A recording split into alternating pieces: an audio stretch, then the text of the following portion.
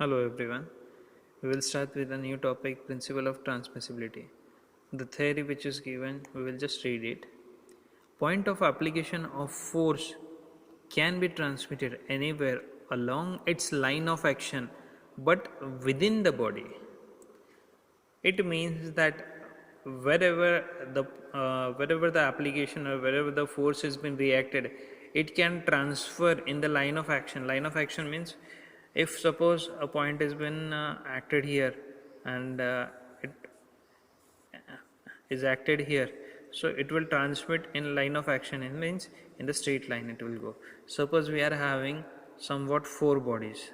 Suppose we are having somewhat bodies. This is body number one. This is same body, same body, same body. If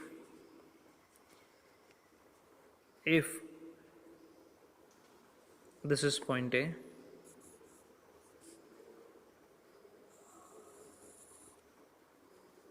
point B,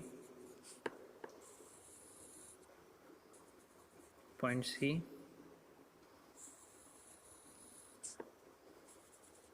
point D. आपल्याकडे किती bodies आहेत? एक body आहे, त्याच्यातली एक line of action आहे. त्या बॉडीचे लाईन ऑफ ॲक्शनमधले वेगवेगळे पॉईंट्स मी इथं कन्सिडर केले, ए बी सी आणि डी. बरोबर आहे. आता थेअरीमध्ये काय सांगितलं, point of application of a force can be transmitted anywhere along the line of action but within the body. It is known as principle of transmissibility. जर एखादा फोर्स इथे ॲक्ट झाला ए वरती, बरोबर आहे, हा कुठं थ्रूआउट या लाईनमध्ये जाणार आहे. मी म्हणू शकतो का तोच फोर्स बी पॉईंटवरती पण असू शकतो. ए वरून ट्रान्समिट झाला बी पर्यंत पण तोच फोर्स असेल. सपोज हा फोर्स पी आहे, हा बी वरती पण राहणार. हा सी वरती पण ट्रान्समिट होणार का? होणार, कारण की लाईन ऑफ ॲक्शनमध्ये ट्रान्समिट होतोय ना विदिन द बॉडी. म्हणजे ही एकच बॉडी ना आतापर्यंत, बरोबर. ही पेरिफेरी जी आहे ही एकच बॉडी आहे, तर एकच बॉडीमध्ये हे तिन्ही पॉईंट्स आलेत. त्यामुळे इथे आता मी म्हणू शकतो का हा फोर्स डी वरती पण जाणार, असं म्हणू शकतो का मी? इथे आपण असं म्हणूच शकत नाही, कारण की तोच फोर्स डी वरती ट्रान्समिट नाही होणार. बिकॉज डी हा पॉईंट जो आहे, डी हा पॉईंट जो आहे हा बॉडीच्या बाहेर आहे, हा बॉडीच्या बाहेर आहे. सपोज एक्झाम्पलसाठी सांगतो, हा एक रॉड आहे, हा एक दुसरा रॉड आहे, दोघांमध्ये गॅप आहे, लक्षात घ्या. मी इथे जर ह्या रॉडला मी तापवलं, या रॉडला जर मी इथे तापवलं, हा काय करणार? इथून हीट ट्रान्समिट करणार, या पॉईंटपासून ह्या पॉईंटपर्यंत हीट ट्रान्समिट करणार, बरोबर आहे. हा इथून इथे हीट ट्रान्समिट करू शकतो का? करू शकतो का? नाही करू शकत, कारण की ही बॉडी सेम आहे का? नाही, बॉडी सेम नाही, याच्यातला गॅप पण आहे. जर हा बॉडी अशी याला चिटकून राहिली असती, जर ही बॉडी याला चिटकून राहिली असती तर हा हीट इथून इथपर्यंत ट्रान्समिट केलं असतं. चिटकला याचा अर्थ काय की ही बॉडी एक बॉडी कन्वर्ट झाली. चिटकला याचा अर्थ काय झाला, ही पूर्ण एक बॉडी कन्वर्ट झाली. बट हे चिटकलं आहे का? नाही चिटकलं आहे. त्यामुळे हा हीट फक्त सेम बॉडीमध्येच राहणार, बॉडीच्या बाहेर येणारच नाही. ठीक आहे. प्रिन्सिपल ऑफ ट्रान्समिसिबिलिटी काय म्हणतं की बाबा जेव्हा कधी एखादा फोर्स जर एखाद्या बॉडीवरती ॲक्ट होत असेल, जेव्हा केव्हाही एक फोर्स एका बॉडीवरती ॲक्ट होत असेल, तो त्याचा पॉईंट ऑफ ॲप्लिकेशन जिथं पण त्याचा फोर्स राहील त्या लाईन ऑफ ॲक्शनमध्येच तो फोर्स पास होणार, त्याच लाईनमध्ये तो पास होणार, बरोबर आहे. पण त्याच बॉडीमध्ये तो राहणार, म्हणजे डी पर्यंत तो येणारच नाही. याला काय म्हणतो आपण? Principal of ट्रान्समिसिबिलिटी. क्लिअर आहे सगळ्यांना? नेक्स्ट पॉईंटकडे जाऊ. नेक्स्ट पॉईंट काय आहे? Principle of superposition. लक्षात घ्या, प्रिन्सिपल ऑफ सुपरपोजिशनमध्ये काय? Total effect on a body is the sum of individual effect. जर मी सांगितलं, म्हणजे आता बेरीज एडिशन माहिती है सगळ्यांना, अगर ये तीनों का मिला के ये होता है तो इसका बायफर्गेशन किया तो भी ये तीनों ही होने वाला है. ठीक आहे. आता प्रिन्सिपल ऑफ याच्यात काय सांगितलेलं आहे सुपरपोजिशनमध्ये, सपोज इथे P1 एक नावाचा फोर्स आहे, P2 एक फोर्स आहे, P3 एक फोर्स आहे. याला नाव दिलं P1, याला नाव दिलं P2, याला नाव दिलं P3. हा बार काय होणार इथलचा? हा बेंड होणार, बरोबर आहे. हा बार कसा बेंड होणार? असं येऊन असं बेंड होणार काहीतरी. सपोज हा बेंड कितीने झाला, किती याच्याने झाला, हा डेल्टा टेन्शनने बेंड झाला. ठीक आहे, हा बार जो आहे हा डेल्टा टीने बेंड झाला P1 P2 P3 फोर्सने. आता जर मी इंडिव्हिज्युअली सांगितलं इथे फक्त P1 फोर्स आहे, इथे फक्त P2 फोर्स आहे आणि इथे फक्त P3 फोर्स आहे, P3 P2 P1. आता फक्त ह्या पूर्ण सिस्टीमवरती P1 नावाचं लोड असेल तर ही सिस्टीम कशी डिफ्लेक्ट होणार, काहीतरी पर्सेंटने डिफ्लेक्ट होणार. बरोबर आहे, ह्याला आपण काय म्हणणार, डेल्टा 1. P2 वर आलं तर ही सिस्टीम काहीतरी डेव्हलप होणार, डेल्टा 2. P3 वरती आला तर काहीतरी डिफ्लेक्ट होणार, डेल्टा 3. आपण लहानपणापासून शिकत आलेलो आहे ॲडिशनसाठी. बरोबर आहे, ॲडिशनमध्ये काय असतं, 3 गोष्टींची बेरीज जर केली, 3 गोष्टींची जर ॲडिशन केली तर एक काहीतरी टोटल येते आणि त्या टोटलला जर वेगवेगळ्या टप्प्यात डिवाईड केलं आपण वापस सेम, तर वापस त्याचे आन्सर्स येतात. So delta total will be equal to delta 1 plus delta 2 plus delta 3. ठीक आहे, याला आपण असं म्हणू शकतो का, deflection, total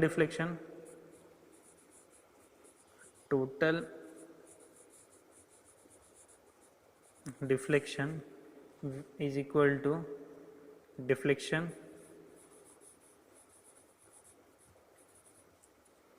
of system 1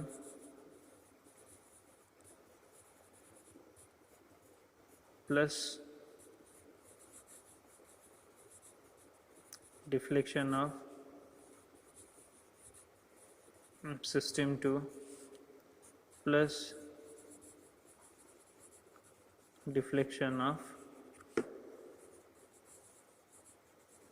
system 3. So principle of सुपरपोजिशनमध्ये काही जास्त काही अवघड नाही आहे, काही टेन्शन घ्यायची गोष्ट नाही. त्याच्यात काय सांगितलेलं आहे, total effect of a body काय राहणार आहे, सम ऑफ इंडिव्हिज्युअल. म्हणजे जर एक एक करून जरी आपण बेरीज केली तरी उत्तर हाच येणार आहे, एक सोबत जरी केली तरी उत्तर हाच येणार आहे. ठीक आहे, total effect of a body is the sum of individual effect. Clear इथपर्यंत. इक्विपोलंट सिस्टीम लक्षात घ्या. इक्विपोलंट सिस्टीम शिकण्याच्या पूर्वी 2 गोष्टी सांगतो मी तुम्हाला, लक्षात घ्या. खूप चांगल्याने म्हणतोय. इक्विपोलंट सिस्टीम शिकण्याच्या पूर्वी 2 गोष्टी क्लिअर लक्षात ठेवू द्या. पहिली जी गोष्ट आहे ती आहे, याच्यात सिस्टीम कशीही दिसली, सिस्टीममध्ये कितीही फोर्स असले, बट द सिस्टीमचं जर व्हॅल्यू सेम असल्या, व्हॅल्यू इन द सेन्स या सिस्टीममधला जो रिझल्टंट आहे, या सिस्टीममधला जी शेवटची व्हॅल्यू आहे जरी सेम असली तर आपण त्याला काय म्हणू शकतो, या दोन्ही सेम सिस्टीम आहे. सेम म्हणजे काय झालं, इक्विपोलंट सिस्टीम. म्हणजे याची कंडिशन आणि याची कंडिशन सेम राहतील. सेकंड पॉईंट एक एक्झाम्पल सांगतोय तुम्हाला. एक्झाम्पलमध्ये समजून घ्या. आपण म्हणतो ह्या माणसाकडे 100 पैसे आहे, या माणसाकडे 1 रुपया आहे. 100 पैसे जास्त दिसतात की 1 रुपये जास्त दिसतात, व्हॅल्यूज डिफरंट राहतील, बट दोघांची व्हॅल्यू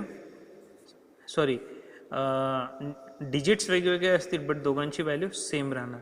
त्यामुळे आपण याला काय म्हणतो, इक्विपोलंट सिस्टीम. सपोज इथे एक सिस्टीम दिलेली, या सिस्टीममध्ये 3 फोर्स आहेत. इथे आहे P1 P2 P3 आणि एक दुसरी सिस्टीम दिलेली आहे, त्याच्यात 3 फोर्सेस आहेत परत, P1 P2 P3.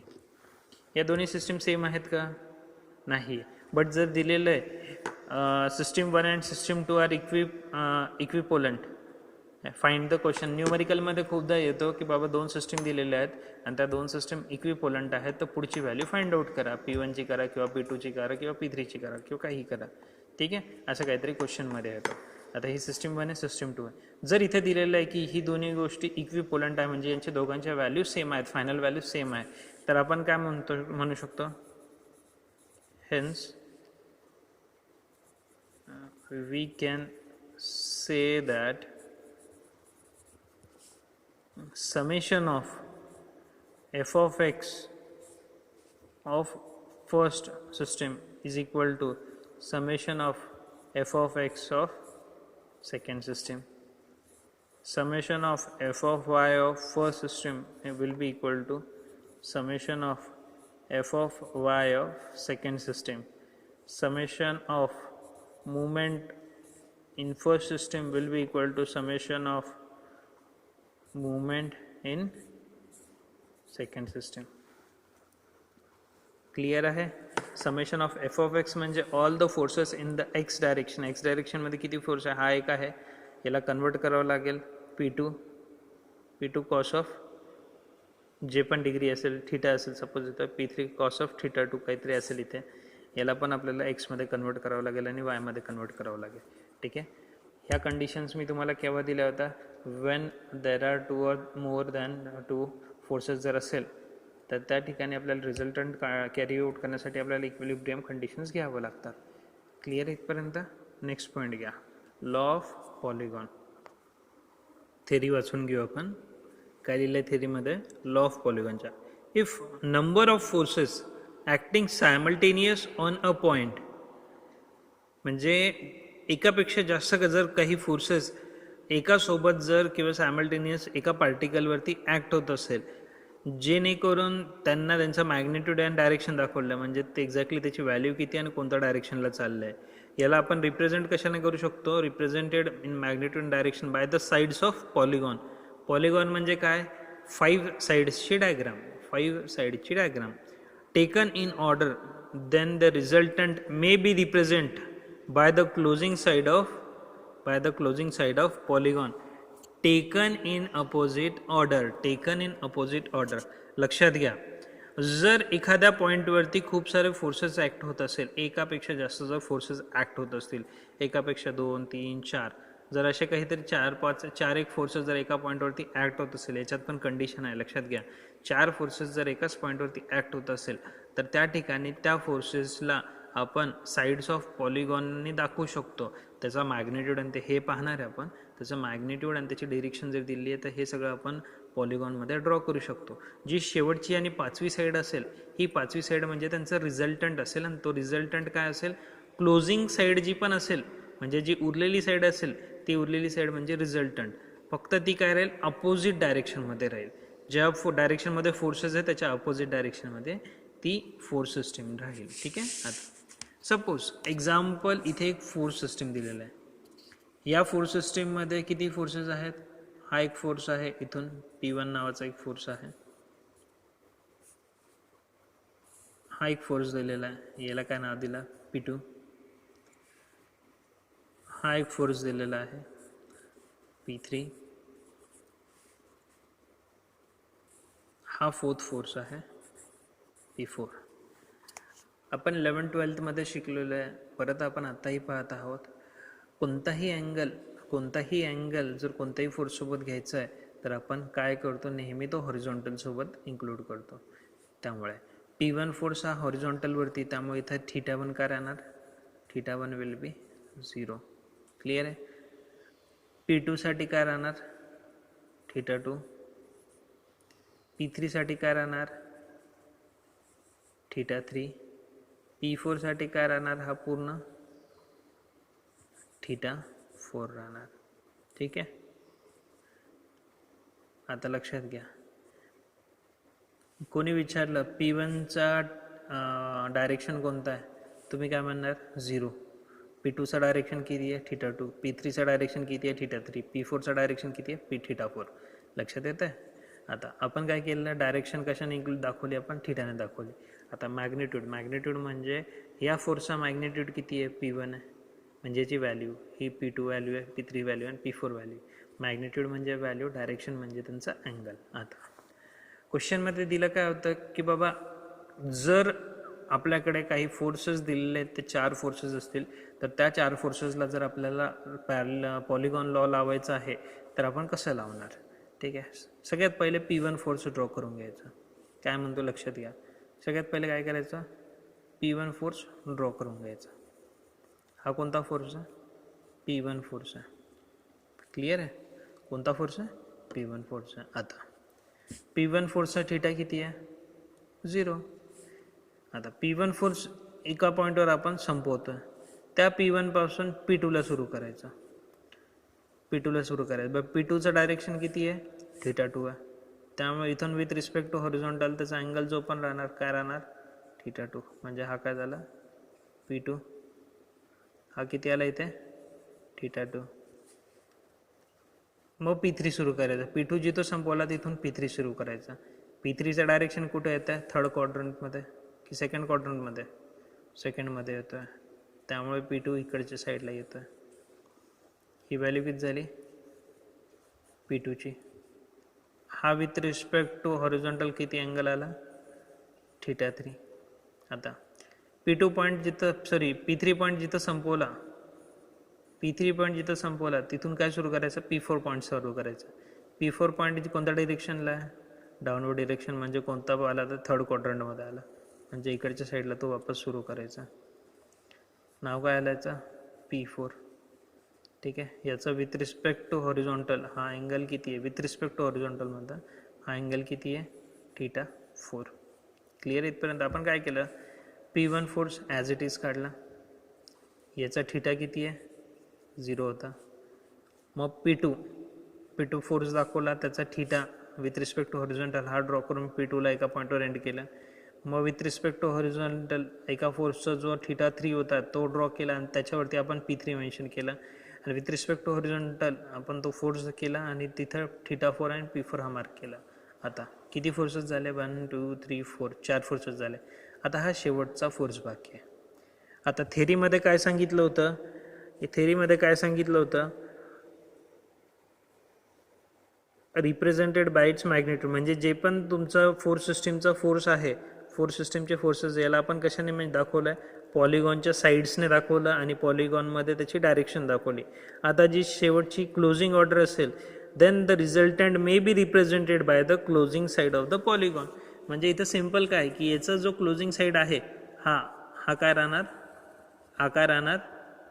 हा याचा रिझल्टंट असणार, बट याची डिरेक्शन कशी अपोजिट राहणार. आता ही सगळी सिस्टीम कशी चालली, अँटी क्लॉकवाईज डायरेक्शनमध्ये चालली, म्हणजे ह्या डिरेक्शनमध्ये चालली. इथून इकडे आला, मग इथून हा एरोवरती गेला, मग इथून हा एरो आला, मग हा आला. मग आता आपण असं पण ड्रॉ करू शकलो असतो, बट थेरीमध्ये गिवन काय तो अपोजिट डिरेक्शनमध्ये पाहिजे, म्हणजे इनिशियल स्टार्टिंग पॉईंटपासून त्याला अपोजिट डिरेक्शनमध्ये केलं. मग याला नाव काय दिलं आपण आर.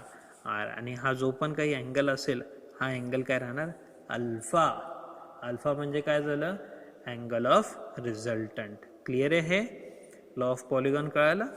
जर फोर्स सिस्टीममध्ये 4 फोर्सेस दिलेले असतील, त्यांचा मॅग्नेट्यूड आणि त्यांची डिरेक्शन माहिती असेल, तर आपण याच्या थ्रू पॉलिगॉन करू शकतो. क्वेश्चन पेपरमध्ये असा एक फोर्स सिस्टीम दिलेलं असेल आणि सांगितलेलं असेल की याचा पॉलिगॉन ड्रॉ करा. मग तो पॉलिगॉन ड्रॉ केल्यानंतर त्याचा रिझल्टंट कोणता वाला आहे ते ओळखा. मग हा रिझल्टंट सरळ जाईल की उलटा जाईल हे दाखवायचं तिथे आपल्याला. क्लिअर इथपर्यंत. So we will move towards next point, triangle law of forces.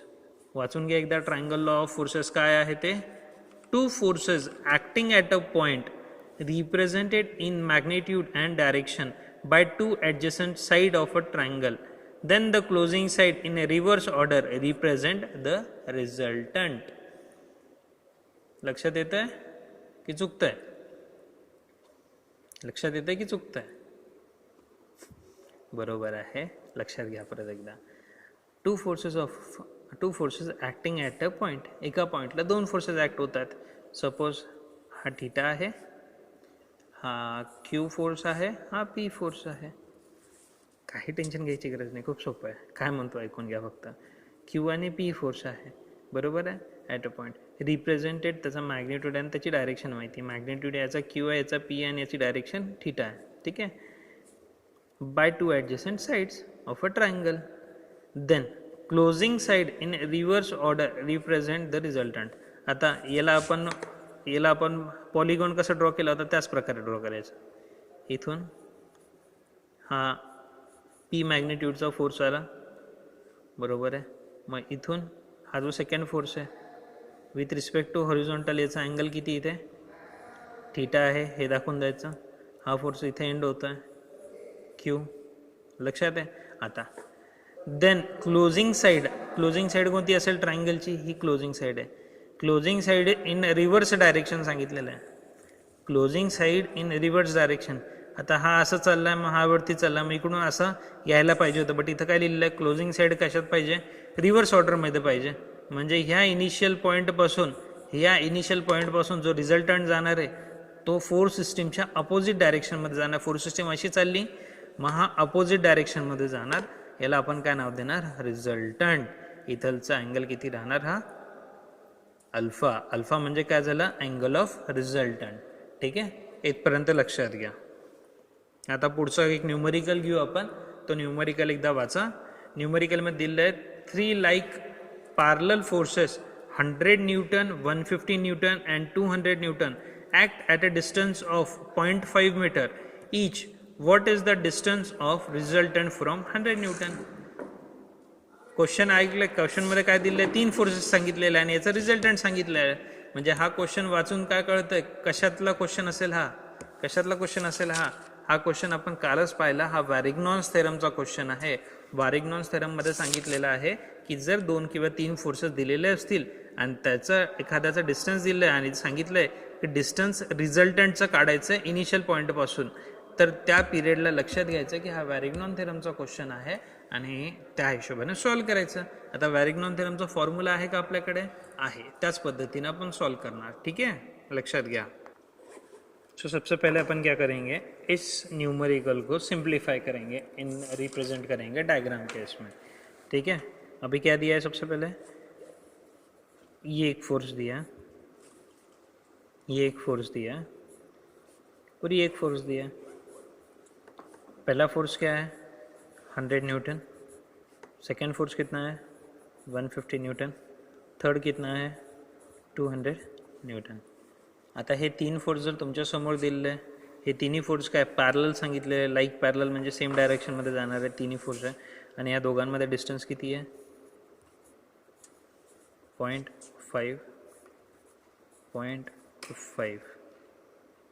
ठीक आहे, each. What is the distance of resultant from 100 newton? म्हणजे इथून रिझल्टंट किती दुरीवरती ते काढायचं आपल्याला. ठीक आहे, क्वेश्चन सगळ्यात पहिलं आपण वॅरिग्नॉन्स थेरममध्ये पण पाहिलं. तर वॅरिग्नॉन थेरम काय की रिझल्टंटची डायरेक्शन किंवा रिझल्टंटची पोझिशन लोकेट करण्यासाठी आपण वॅरिग्नॉन थेरम लिहितो आहे. आता इथे रिझल्टंटची पोझिशन सांगितली आणि फाइंड आउट केलं म्हणजे सिम्पलमध्ये आपण डायरेक्ट वॅरिग्नॉन थेरम घेऊ शकतो. ठीक आहे, आता ही डायग्राम आपल्याला माहिती आहे. सपोज ह्या पॉईंटपासून हा एक तुमचा फोर्स चालला आहे, हा एक फोर्स चालला आहे. याचं नाव काय देतो आहे आपण? रिझल्टंट. आणि इथून याचं डिस्टन्स काय मेजर करतो आपण? एक्स मेजर करतो आहे. म्हणजे एक्स आपण ॲज्युम केला. आपल्याला काय सांगितलेलं आहे? 100पासून या रिझल्टंटचा जो पण डिस्टन्स आहे तो फाइंड आउट करायचा. ठीक आहे, आता आपल्याला माहिती आहे रिझल्टंटची व्हॅल्यू कशी याची? रिझल्टंटची व्हॅल्यू कशी राहणार? Summation of all the forces म्हणजे किती झाला? 100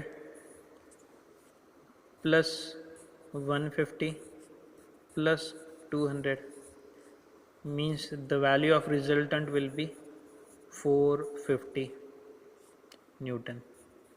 इथपर्यंत क्लिअर आहे? रिझल्टंटची व्हॅल्यू भेटली.